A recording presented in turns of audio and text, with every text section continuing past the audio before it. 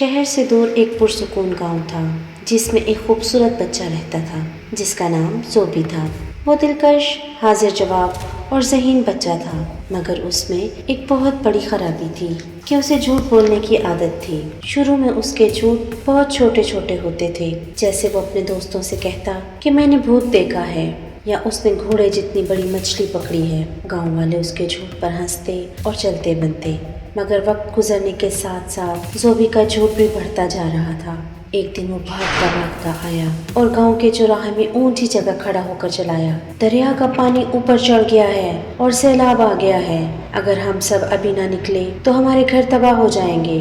سب لوگ بہت ڈر گئے۔ لوگ جلدی جلدی اپنا سامان سمیٹنے لگے اور اونچی اونچی جگہوں پر بھاگ گئے، مگر جب کئی گھنٹے گزر گئے اور سب نے واپس آ کر دیکھا تو سب کچھ ٹھیک تھا، اور زوبی زور زور سے ہنس رہا تھا اور بول رہا تھا کہ میں تو مذاق کر رہا تھا اور دیکھ رہا تھا کہ تم لوگ میری بات مانتے ہو یا نہیں۔ گاؤں کے لوگ بہت ناراض ہوئے، مگر انہوں نے بات کو ٹال دیا۔ اگلے ہفتے زوبی پھر بھاگتا ہوا آیا اور چیخنے لگا، ڈاکو آ رہے ہیں، اپنی قیمتی چیزیں چھپا لو۔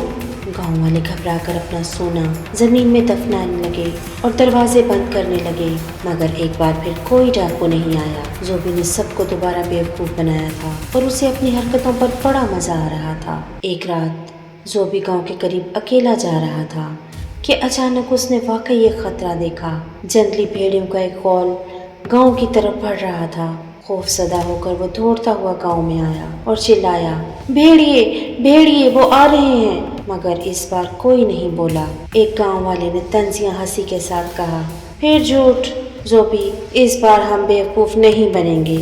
زوبی گڑ گڑاتا رہا، مگر کسی نے اس کی ایک نہ سنی، اور جب بھیڑیوں نے حملہ کیا کوئی تیار نہ تھا۔ سب مویشی مارے گئے، گھروں کو نقصان پہنچا، اور زوبی جو پچھتاوے سے بھرا ہوا تھا بس سب کچھ ہوتا دیکھتا رہا۔